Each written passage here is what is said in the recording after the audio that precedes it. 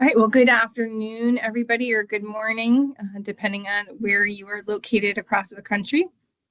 On behalf of the U.S. Commercial Service and the International Trade Administration, we welcome you to today's program, Driving Long-Term Success with Your Distributors. This is the third program in the series, Mastering International Distributor Success. My name is Jacqueline Torcellini. I'm a Senior International Trade Specialist with the U.S. Commercial Service in Connecticut. I'm your host for today's session. My colleague Anthony Sargis should be hopping on shortly to assist with the question and answer section and any technology issues that you may have. Today, we're pleased to have Zach Selch of Global Sales Mentor share his insights on how to manage international distributors. And before we get to the presentation, a couple of items to note. This program is being recorded. If you are not comfortable with being a part of a recorded program, we politely ask you to exit now. We will open the lines up for questions at the end of the presentation. During the presentation, we will take questions through the Q&A feature, and we'll respond at the end. This way we can make sure that Zach is able to provide you with all of the content that you would be looking for. After today's program, you may receive a survey from the U.S. Commercial Service. If you can please take the time to complete it. Your responses help us to develop future programming for U.S. businesses. And before the end of the week, I will send you an email with the notes from Zach, as well as the recording of today's program.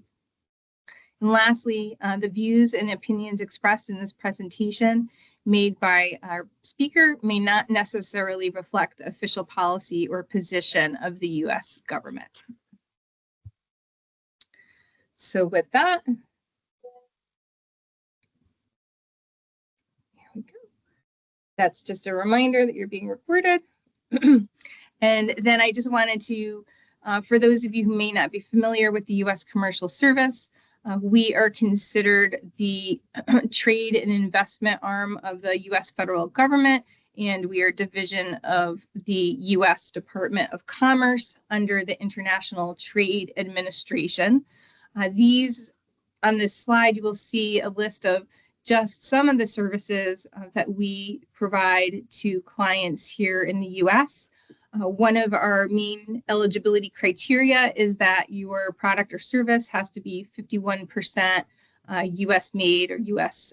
based, and we go over that eligibility with you.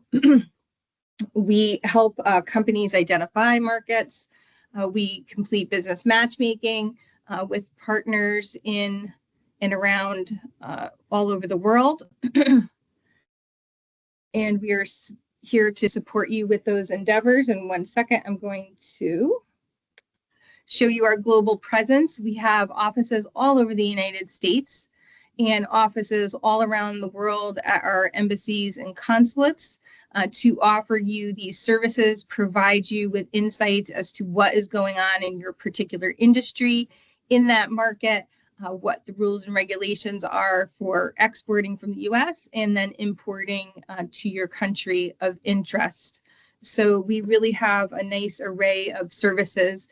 And if you're interested, please let us know, and we'd be happy to connect you with whoever your local trade specialist would be in your states. And lastly, before Zach begins, I would like to thank our sponsors for this year's programming throughout Export Week, which was at the beginning of the month, but we really consider the May is trade month. So having programming throughout the month is fitting for this series. And then just as a reminder, again, in case any of you did not attend the first two programs in this series, Zach Selch has 35 years in global sales leadership positions. He's realized that what he truly enjoyed was helping those responsible for international sales growth achieve excellence. He is sold to 135 markets around the world for a NASDAQ 100 company, a $500 million family-owned manufacturer, and a dozen startups across industries ranging from fast-moving consumer goods and construction tech to IT, SaaS, and medical products. Zach is the only coach and trainer for international sales VPs who has been in their shoes and has the connections and expertise to guide them to success. And as I mentioned earlier, if you have any questions, please drop those into the Q&A, and we will respond to them at the end of the program to make sure Zach can get in all the important information that he has to share with us. So, Zach. Great. Thank you very much. Can you hear me okay? Am I unmuted? Yes. Yes, I can hear you. Perfect. Okay, great. So welcome. I'm going to sail this along. If you have questions, put them in the question section. I will also say that if you reach out to me, I have an ebook that covers the first subject that I talked about earlier this month, and then the second subject. And I also have an ebook about managing distributors. So if you reach out to me, I will send them to you, and I'm always happy to take questions and chat. That's sort of what I do with my time. Okay, so now I'm just jumping in. We talked about different subjects previously about finding the right markets, about finding the right distributors. And what I find is I will talk a lot of times to people who are global sales managers or international sales managers, and they'll say, yeah, I'm doing great. We have coverage all over the world. We have 45 distributors. They're covering most of the world. All of our markets are covered. And I'll say, that's wonderful. You know, do they all produce? And they'll say, well, you know how it is. I'll say, well, what do you mean? How? I know how it is. Well, you know, about 80% of my distributors really are lazy and not very good at selling. And a while back, somebody told me this. We were talking about the Singapore market. He goes, yeah, my distributor in Singapore is lazy and he really doesn't know how to sell very well. I said, well, what car does he drive? And the guy looked at me like I was crazy. He said, well, he has one of those new Porsche sedans. So I said, well, he's driving a $250,000 car in a market where it costs $80,000 a year to register and park your car. I am guessing he's not lazy and he knows how to sell. He just is not selling your product. Okay, so what we're going to talk about today is all these distributors you might have.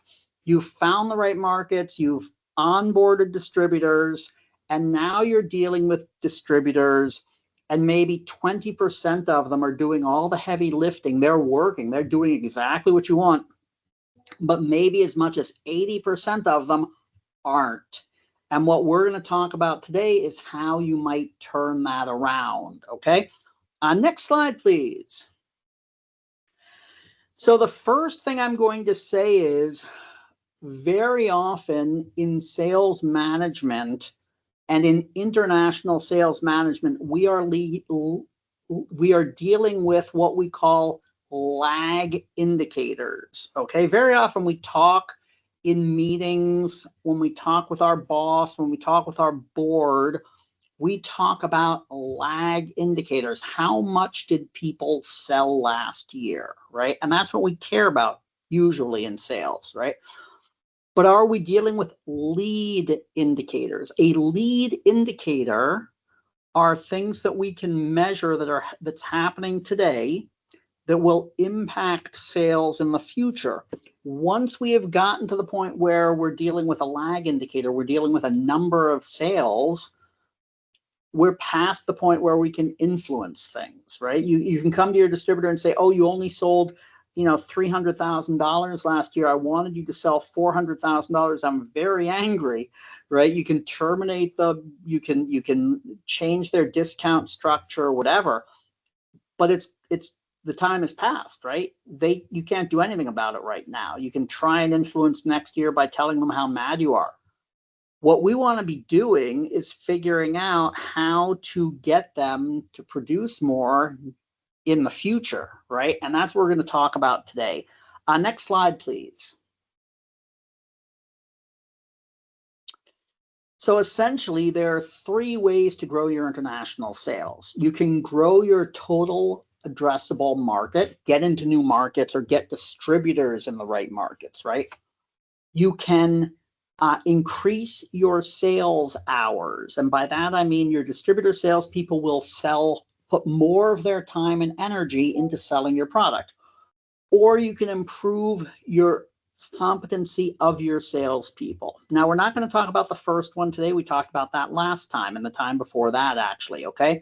We're going to focus on increasing sales hours and competency. Now, to put this in perspective, right? If we can grow our sales competency by 10%, we're going to increase sales by 10%. If we can increase our sales hours by 10%, we're going to increase sales by 10%, right? If we can increase both, we're going to increase both, and they're actually going to compound each other, right? So very often it is really easy to double your sales hours and double your sales competency. Okay, and that's what we're going to talk about today. This is where the gold is when it comes to driving up sales growth. Next slide, please. So in a perfect world, what we want to be doing is selling in all the correct markets. We want to engage, engaged, competent, and accountable distributors in all those markets. And we want systems and a cadence of accountability in place, okay? This is what's going to get us that huge sales growth. Next slide, please. So again, I'm just going to touch on this once. I don't know how many of you have been to my previous lectures or know me or follow me on LinkedIn or YouTube or anything. I am going to say things that probably are not the same as what other people have told you, okay? And you can believe me or not believe me. It's your choice. But here's the deal. I've been selling for 35 years. I've onboarded over 1,400 distributors. I've sold in 135 markets. I have 125 quarters of beating quota, and I've sold over $1 billion. So what I'm talking about are practical, tested things that I've done over the years and I've helped my clients do over the years. You don't have to listen to me. You can consider this a little bit of an entertainment because I'm sort of witty and it might be funny. But if you listen to me and you follow what I'm saying, you will see sales growth, right? Over the years, 4 times I've increased sales by over 1,000%, one time by 4,000%. And I couldn't even tell you how many times I've helped people grow sales by 100%, okay? So these little things, driving competence and driving hours, are where you can double your sales in less than 2 years. Next slide, please. Okay, the very first thing we are going to talk about is a cadence of accountability. Next slide, please. I did not make up this term. I picked it up from a book called The Power of 4X for Execution. It's a really good book, not necessarily about sales, but it's about getting things done. The idea is a cadence of accountability refers to the practice of holding individuals and teams accountable for their commitments and progress towards a specific goal, often through regular meetings or check-ins. I am going to guess, I know half of you or more than half of you are sales managers, and I'm going to guess that a fair number of you, if I said, what day do you do check-ins with your distributor in India, you might not be able to tell me, because that's typically what I've seen with people around the world when I talk to sales managers and when I talk to clients at the beginning, okay?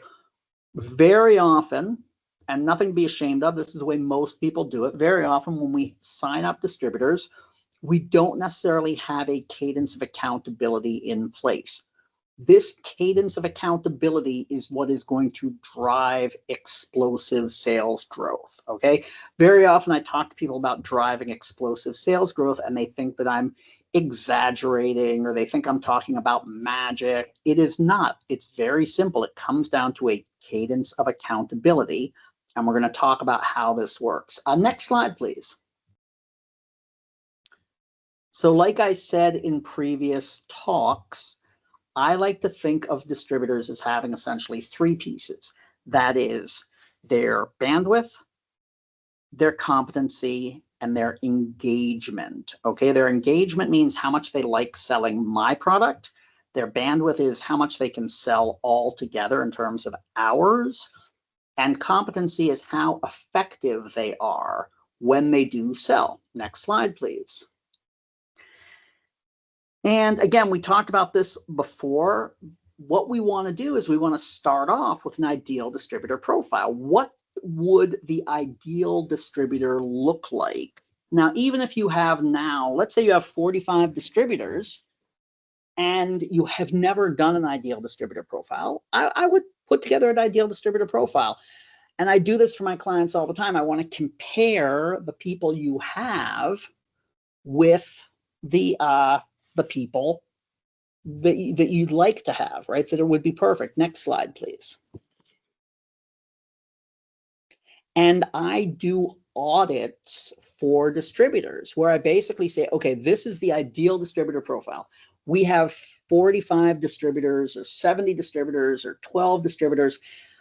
Let's audit them and see how they compare to the ideal distributor profile. Now, what do I mean by that? Next slide, please.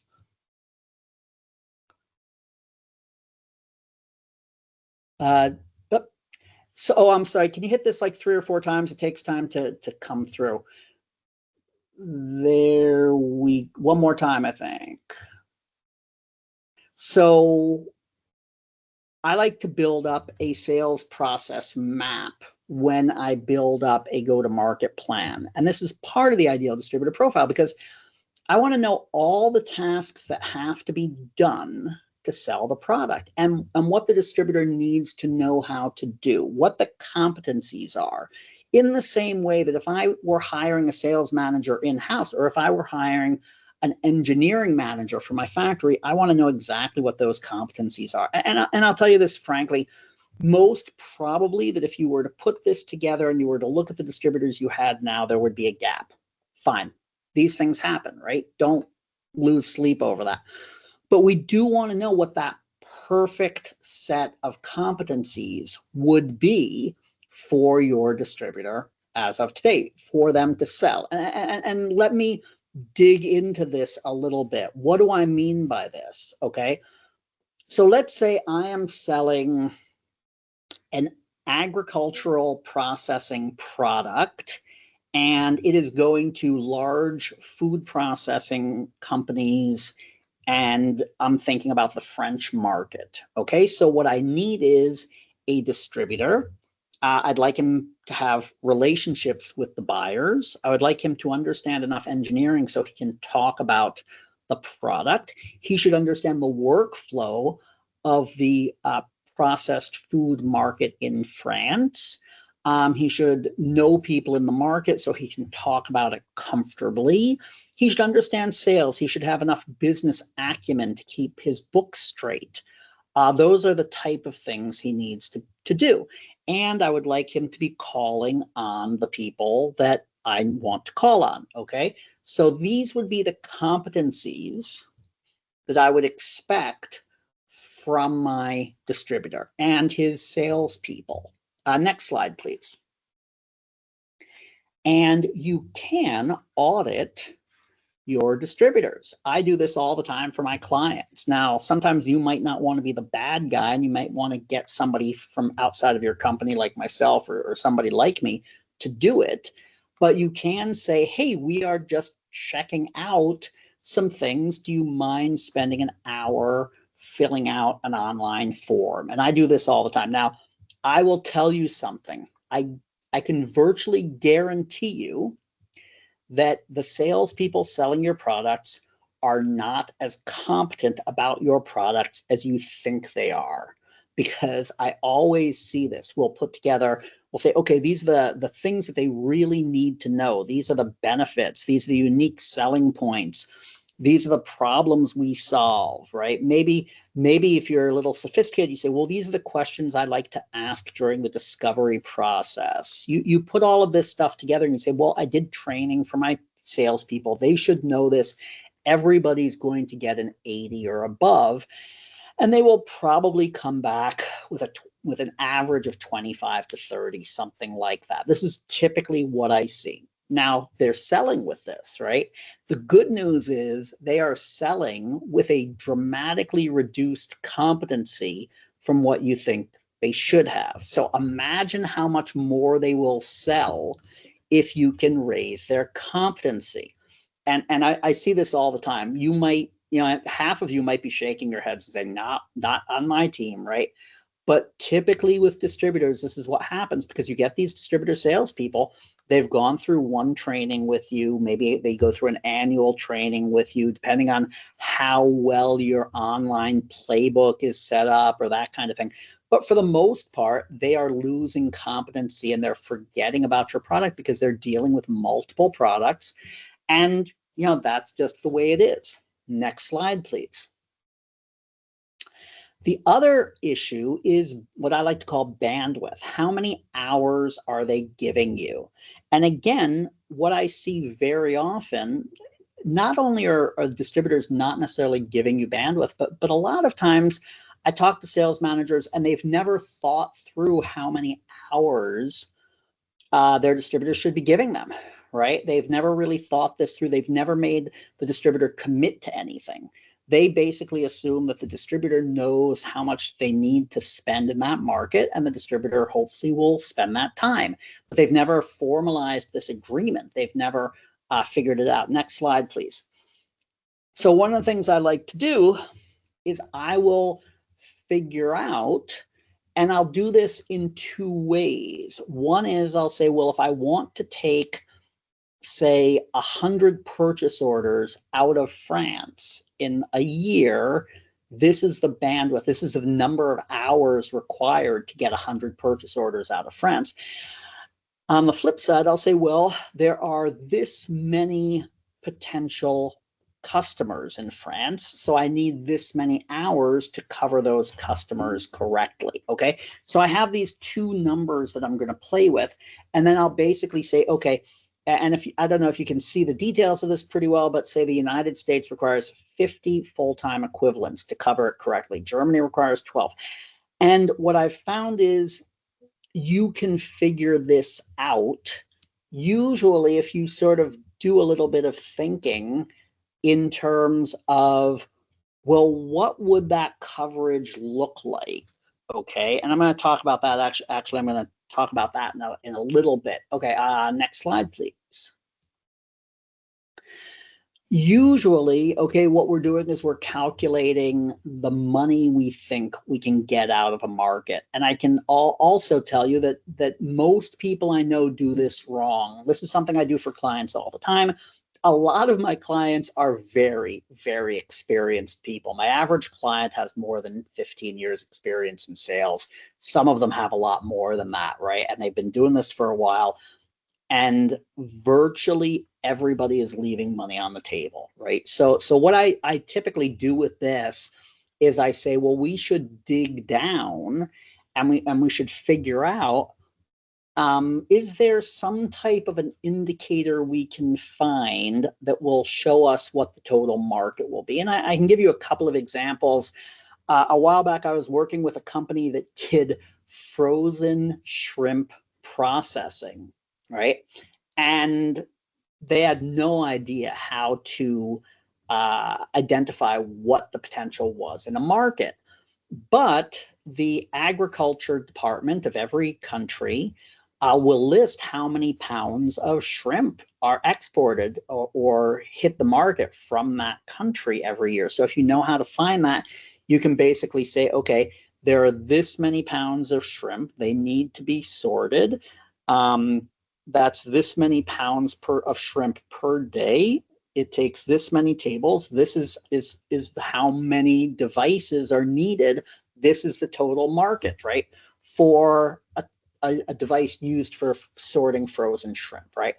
Another one is one of my clients deals with something that has to do with MRI tests, right? And what I did was I figured out that every health department will keep track outside of the United States. Every health department around the world basically will keep track of how many tests take place, because they're mostly single payer systems. They have to keep track of how much they're paying for. And they usually will also be able to say, and then 12% we didn't pay for, they were paid for on the private sector. So you can get a good feel. So you can say, okay, there were 250,000 tests that took place in this market last year, and each one of those was a potential purchase, right? So you can get an idea for the market. This is one of the things that I do, and it's very important to have a really accurate idea of how much money you think you should get out of the market. But not only this is where most people stop. Next slide, please.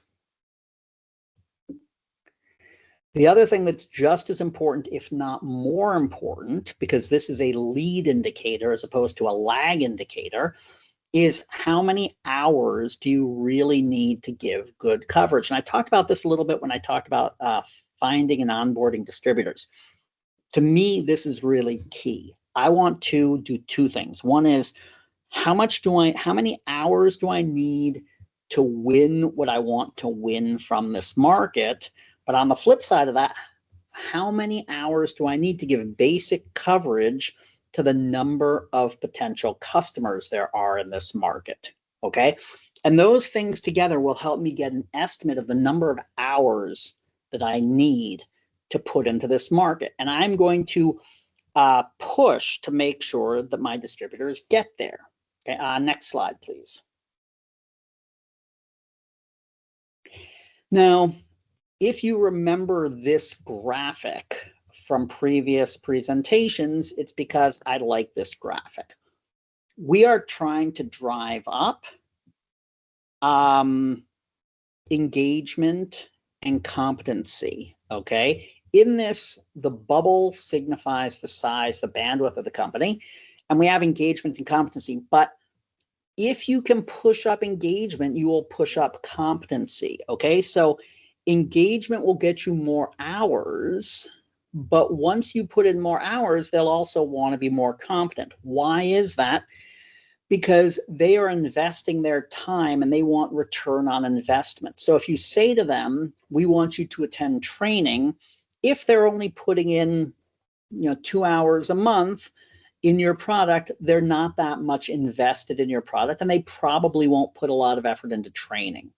But if you can get them to drive up that engagement, then you say to them, and we want you to come to training, then you can train them more, okay? So the first thing we're trying to do is build up engagement with the distributors. Next slide, please. And what we want to do is we want to have a calendar of activities for the year, and we want to understand what we are doing over the course of the year to drive up engagement and competency in the distributors, because this is what's going to get us more hours and it's going to get us more competency, okay? What do I mean by this? Well, we want to think, how often are you going to have a check-in? And maybe the regional sales manager talks to the distributor every week. Maybe the manager, the VP of sales, talks to the distributor every quarter, or maybe every month. Or maybe you start off, you take a look at the audit and you say, okay, we need to improve something. So until they improve this, we're going to be talking on a weekly basis. When they improve it to a certain point, we'll talk on a monthly basis. And when they get to a certain point, we'll talk less, okay? We can do, I'm going to talk about this in a second, but we can do things like weekly online masterminds for everybody. We can send out newsletters. We can do an annual sales meeting. We can plan around trade shows how we're going to use them to drive engagement and competency, okay? So what you want to have, assuming you are the person in charge of international sales, you want to have this calendar set up for the year in your mind, or preferably on paper or on your computer, that says, this is what I'm doing on a weekly basis, on a monthly basis, on a quarterly basis, on a yearly basis. And the reason for all of these things is going to be to drive up engagement or competency, right? They all should lead to that. Next slide, please. And it's all about accountability, right? Very often we do not drive accountability in any way with our distributors because we say, well, they're, and you know, very often people say, well, they're an independent business. I can't hold them accountable. If I push them, they will have, you know, they will push back, etc. I'll tell you a story. A while back, this goes back 20 years or so. I went into a company. I had like 8 distributors in place. I asked them to start providing me information and start being accountable, and they all pushed back. And I said, no, we have to do it this way. We have to improve. I was brought in to improve sales. In the end, I improved sales by about 2,000% over a few years. But in the beginning, these distributors pushed back, and they came back and they said, look, we've talked amongst ourselves. We've decided we're not going to do what you say, and you can't fire all of us. So I said, you're right. I can't fire all of you. I can fire one of you, and I can do that randomly. I can put 8 names in a hat, and I can pull one out every week and fire you. So you have to decide if you're willing to take that risk. That's like a 15% chance that you're going to get fired this week. And depending on how long it goes, you will end up getting fired in the end. And they broke and gave in. But those existing distributors that I inherited, on average, were selling 300% more within a 3-year period, doing what I asked them to do. So they hated me in the beginning, but they loved me later. Holding distributors accountable is not a bad thing. When you start that way, they will love you because they will say, this is the most professional sales manager I'm dealing with. He or she holds me accountable and my others don't. Next slide, please. A key to everything is going to be driving a community. And I'd like to say for myself and the companies I've worked for, but also for my clients, I say we have a family of distributors. And we want our distributors, first of all, we want our distributors to think we are their favorite principal, but we talk to them as though they are part of our family of distributors. Okay, and I always say from now on, you refer to them as part of your family of distributors. You don't talk about them as customers. You don't talk about them as distributors. They are part of your family of distributors. And let me talk about a couple of things that build community. Okay, a few years ago, I decided I go to a lot of trade shows, and there was this one trade show that I go to that is cold. It's in Dusseldorf in November, and typically the line for the coat room is half an hour or so. So people come in, if they're wearing a coat and they have a bag, they wait half an hour, and then at the end of the day they wait half an hour. So I said, here's what I want to do. I want to take about a third of my booth. I want to make it into a distributor lounge and coat room. And everybody freaked out because that was about $12,000 worth of real estate of my booth. My boss didn't like it. My marketing people didn't like it. I set up a couple of couches, some places to put bags and coats, a little beer tap, a coffee machine, a water machine. Now, the thing is, all the distributor salespeople came to us in the beginning of the day to leave their coats and hang out a little bit. At the end of the day, they came to us to pick up their coats and hang out a little bit. We got more face time with the salespeople. The resulting jump in sales was astronomical just because of the building up of engagement caused by community. I'll give you another example of this. For a lot of my clients, I run a monthly mastermind.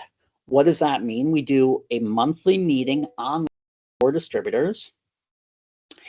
It is an hour and a half typically. Half an hour we talk about a product issue. Half an hour we do a sales training issue. I'll talk about training in a minute, but keep in mind that a lot of salespeople for distributors do not get good training. Okay, but if you go to work for a big manufacturer, they will typically send you to training. If you go to work for a distributor that has 3 salespeople, they won't invest in training. So a lot of these salespeople love that you, as the principal, are giving them training that they can apply to other products, right? So if you come in and you say, well, we're going to talk today about discovery questions. We're going to talk today about prospecting. We're going to talk today about presenting. Okay, they love that. A few weeks ago, I was at a trade show and I went to talk to a distributor for a product for one of my clients. And the VP of sales for one of the biggest distributors in the Emirates, the VP of one of the departments happened to be a guy who 25 years ago I gave sales training to when he was a salesperson at a different distributor. And he remembered me. I remembered him, but he really remembered me and he loved me and he was so happy to see me. And he said, you were the first person who ever gave me serious sales training. Okay. So he remembers this years later. This is a huge thing. So the breakdown of the mastermind is a product issue, a product training, or a product discussion, going over a sales process issue. And then we do half an hour of, let's talk about John who closed this big deal. Let's talk about Mary who closed this big deal. And it really builds community. With one of my clients, she started out, she had 7 people on 2 years ago. Now she typically has between 80 and 100 joining. And this drives sales. Okay, so it costs a little bit of money to do, but it drives sales. The last thing I'll talk about with building community is when you do, say, sales meetings, can you invite spouses and kids? Even if you don't pay for their hotels, can you make it possible? Then can you set up like a kid activity or something? So for years, I had this fantastic annual sales meeting for distributors, and everybody brought their wives and kids, and the kids loved it. The kids got to know kids of other distributors. The wives got to know wives of other salespeople, and everybody got to know each other. And somebody once said to me, I really want to quit my job, but my wife will kill me because my kids love the best week of their years to come to your sales meeting, right? This is how you build community. Next slide, please. Training. And this, again, training is about competency, but it's also about engagement. If you do good training for people, you will get engagement. And I'm going to talk about the idea of gamification. Next slide. Gamification of training, okay? Sales training is incredibly boring. People don't listen very well. So you can work to make it really interesting, okay? Salespeople are very competitive, and quite often they do need a little bit of physical activity. I've done an amazing race-themed sales training. I've done sales trainings that were built like a game show, and they're a little bit expensive. My companies always hate me about this. They say, why are we spending so much money? Why are we getting so many people involved? But people love it and they learn better, and it sinks in and they remember, and then they sell more. And keep in mind, if you're selling something, if you're selling $10 million or $12 million a year worth of product, and you improve that by getting 20% more hours, that's millions of dollars in increased revenue for something that might cost you $10,000 to do a really cool sales training with gamified, sales training. Two examples I'm going to throw out here. A few years ago, I was selling a product that was about $100,000, and then the company introduced $1 million product, and none of the international distributors wanted to sell it. The domestic salespeople were selling it. The international people didn't want to touch it. So I took a 3-year plan to increase sales in this product. In the beginning, I worked with a handful of really good salespeople in different markets, and I coached them and supported them, and I helped them each close a deal. Then when we had a sales meeting, we typically would have the awards night at the last night. I had the awards night the night before the sales meeting started, and I gave everybody who had closed a new deal with a new expensive product, I gave them a trophy, and everybody who had their best year ever, I gave a trophy. And then the first day of training, I said, just out of curiosity, everybody who had their best year ever, raise your left hand. And everybody who sold a new product, raise your right hand. And then I said, everybody look around. And of the 100 or 120 people in the room, there were 5 who had both hands up. Nobody had just one hand up, right?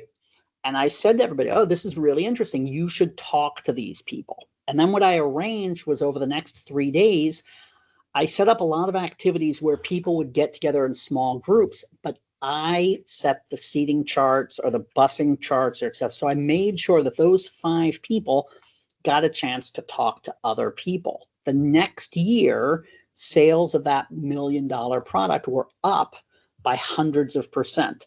By the 3rd year, about 60% of every deal we closed, not dollar we closed, but deal we closed, was the expensive product, which meant our sales went up by hundreds of percent based on the gamification of a sales training, okay? So these are some of the things that you want to keep in mind. Next slide, please. And then the last piece of this puzzle is going to be coaching, okay? Again, you know, there are any number of books about sales training that have titles like you can't teach a kid to ride a bicycle at a seminar or those type of things. And the meaning is you do training once and then you don't do training again, and it isn't very helpful, right? And we very often do this. And this is why I said when you audit salespeople, you're going to find that they might not be as well trained as you think they are. Okay, so what we want to do is we want to do a onboarding training. Maybe we want to do annual trainings. Maybe we want to do a mastermind, which it comes week after week, which is voluntary, but you want to encourage people to join. But you want to put in place ways that you can coach your salespeople so that they will sell more. And keep in mind, I'm not talking about the distributor, the owner right now. I'm talking about the people who are carrying the bag, the people who are out on the street selling your product, right? Because what you want is for them to give you more hours and to be more competent about what they're doing. Each one of those, more hours and more competency, will give you more revenue dramatically, okay? So if you can do that, you're really doing well. The single best tool for coaching, next slide, please, is going to be a playbook. And when I first made a playbook, it was hundreds of pages of essentially loose leaf paper that you would send people updates because you wanted it to be up to date, but it was really just a big book of paper.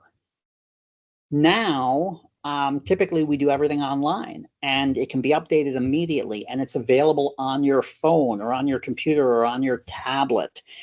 And a lot of the components will be videos. The first time I did a video playbook, the cost to me to do it was over $25,000. Now, you can do it for a fraction of that, and you can really get fantastic coaching tools into the hands of your salespeople. Now imagine a situation where you know that there is a guy who covers Southern Italy and he is going in to see a customer tomorrow, and the reason you know this is because of your periodic sales meetings where you've reviewed their activities.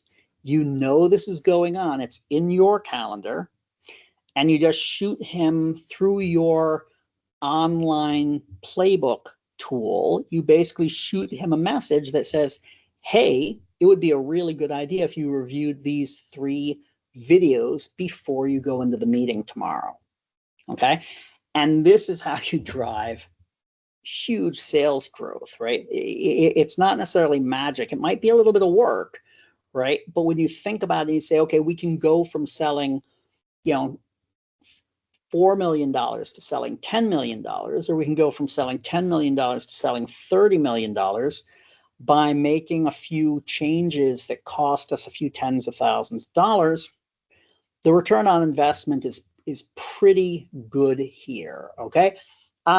Next slide, please. So again, I talked about the pitch to a distributor, but let's think about this just in terms of, in a previous presentation, but let's think about this in terms of the engagement, ongoing engagement. What does the distributor want? The distributor wants to make money, for it to be easy to make money, and the distributor wants to trust you. Now, if you can keep these things going and you can keep the distributor and the salespeople feeling that they can make money, it's easy to work with you, and that they can trust you, they will want to keep doing business with you. They will give you more hours and more hours, and more hours mean more sales. And they will be willing to become more competent because they will engage in more training, etc. Okay, so this is basically it. Next slide, please. And again, just going back to this, what we're trying to do is to drive engagement, and through engagement, we will drive competency. Next slide, please. So going back to what we started with, the difference between lag indicators, which is how much did you sell, and lead indicators. And lead indicators are what we know, what we want to be keeping track of to know how much you're going to sell, okay? How many presentations are you going to do, right? How competent are you? Are you sending your people to training? Are you giving me the hours that I want, right? These are things you can keep track of over the course of the year. And this will tell you how much money you're going to make at the end of the year, which, so I'll tell you, something that happened to me a while back. 2016 oil prices dropped dramatically, and several of my distributors were in oil-rich countries. So I knew that we would probably see a drop in sales. And now, fortunately for me, this happened in January.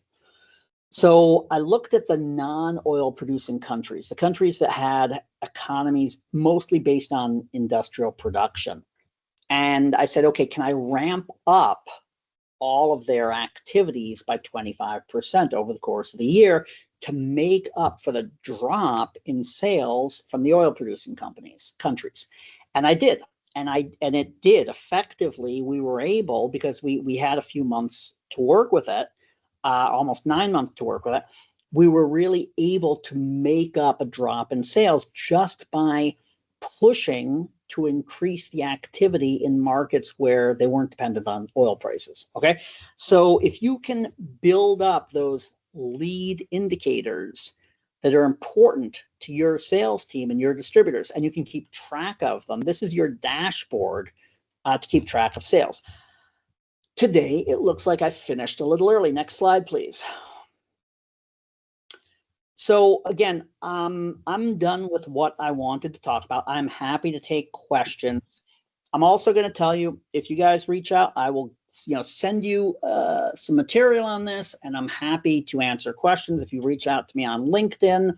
And this is sort of, I'm very passionate about this part. I will talk to people all the time, and I will say, I've done this, I've grown sales this much.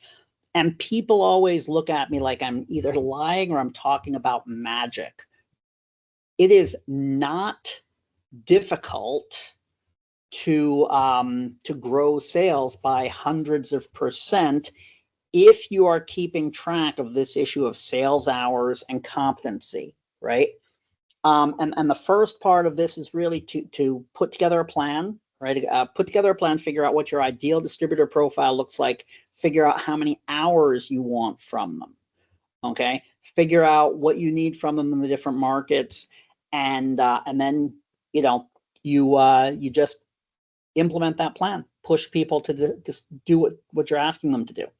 And that is basically what I have to say today. And now I'm happy to take questions. Great, Zach. Thank you so much for sharing your time, knowledge, and experience with us today. I did have a couple of questions. One came in through the meeting chat, which is fine. And the question is, how do you determine the frequency with which you meet with your distributors? That's a great question. Okay, so there are two issues. Claudine, can you please put up my email in the chat? There are two ways really of doing this. One is you can do this for specific individuals. Right now, again, you can take a look and say, well, I can see France is not delivering what they should. They need training in this and this and this, and I need to put more time into them. Or you could just say, well, in general, this is what I need. Now, if you could, it almost comes down to your budget. But the good thing is, what I've seen over the past 5 years is you need face-to-face time in the same room to build a relationship. Once you have that relationship in place, you can do a lot online. Okay, so personally, if you can, I would say somebody should be talking to the salespeople once a week, even if it's for a check-in for a few minutes. Right, so you do, let's say the regional sales manager or the VP does a quick check-in with every salesperson for a few minutes once a week, and then once a month you do a meeting where you actually review the funnel, right? Then you do maybe a quarterly meeting where you really sit down, review the funnel. You can do those at trade shows. It's a great way of doing that, is to do face-to-face meetings at trade shows. You can put in a little meeting room in your booth and set it up so you're meeting with all the distributors and you go through that.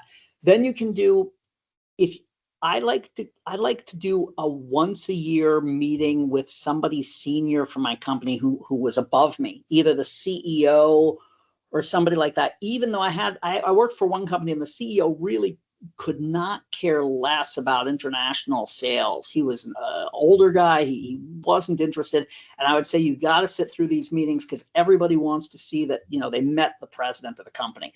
So you can do like an annual type of thing like that. So basically, but the more checking in, the more talking with people, it's going to build engagement and it's going to keep them accountable to your plan, right? I hope that answered your question. Yeah, excellent. Thank you. Then I have a couple of other questions. So please.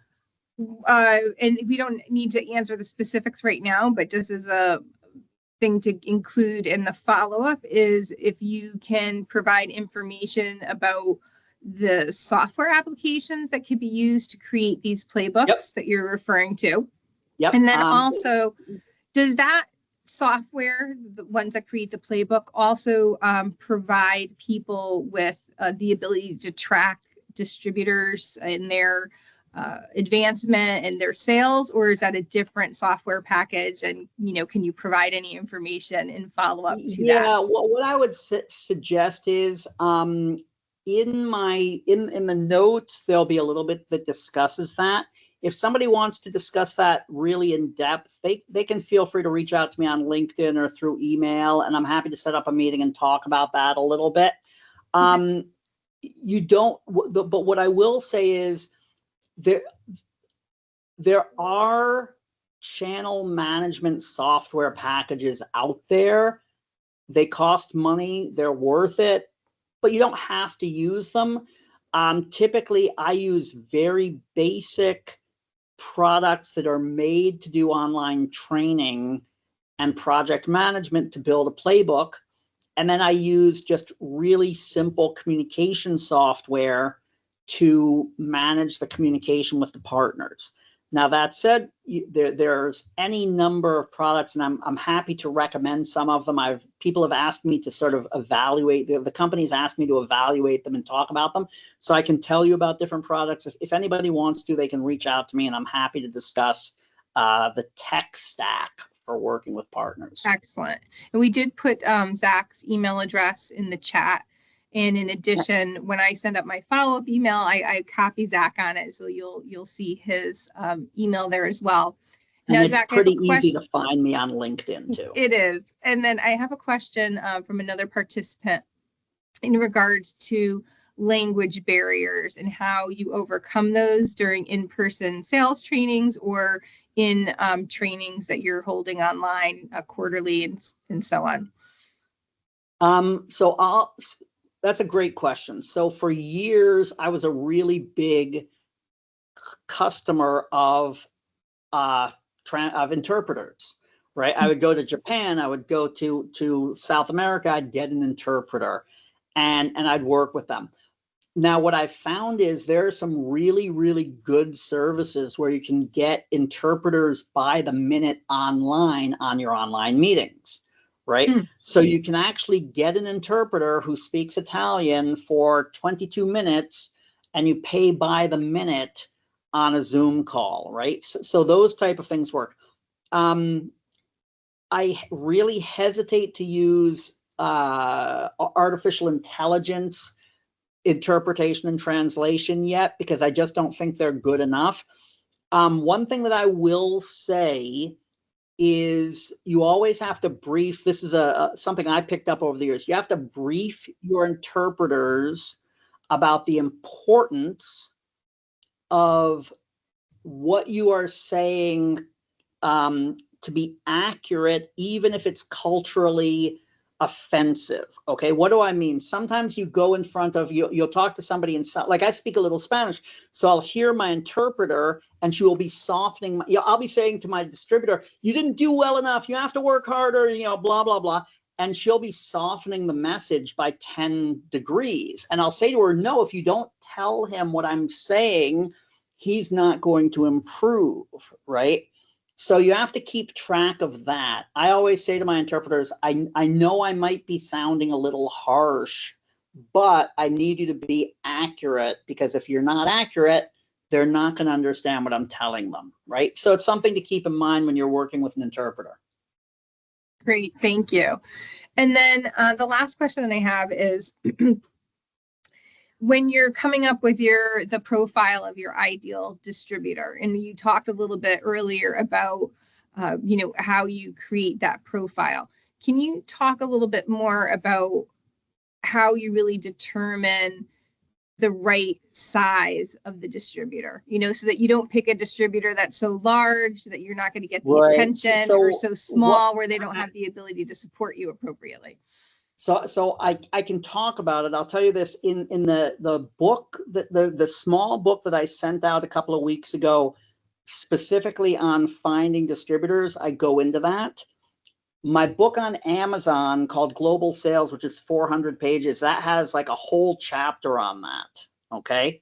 But what I'll basically say is, look, big distributors have more sales hours in general, more bandwidth, but they're going to give you less focus, right? So you have to work much harder. And the question is, can you drive that focus with them, right? Which means you have to build up an emotional attachment to them. You have to get them to love you, whereas a small distributor will give you more focus and have less bandwidth. Now, you also have to think, I'll give you two examples in the Middle East. Saudi Arabia requires about 6 to 8 times as much bandwidth as the Emirates, just because of the size of the country and the physical spread plus the number of customers.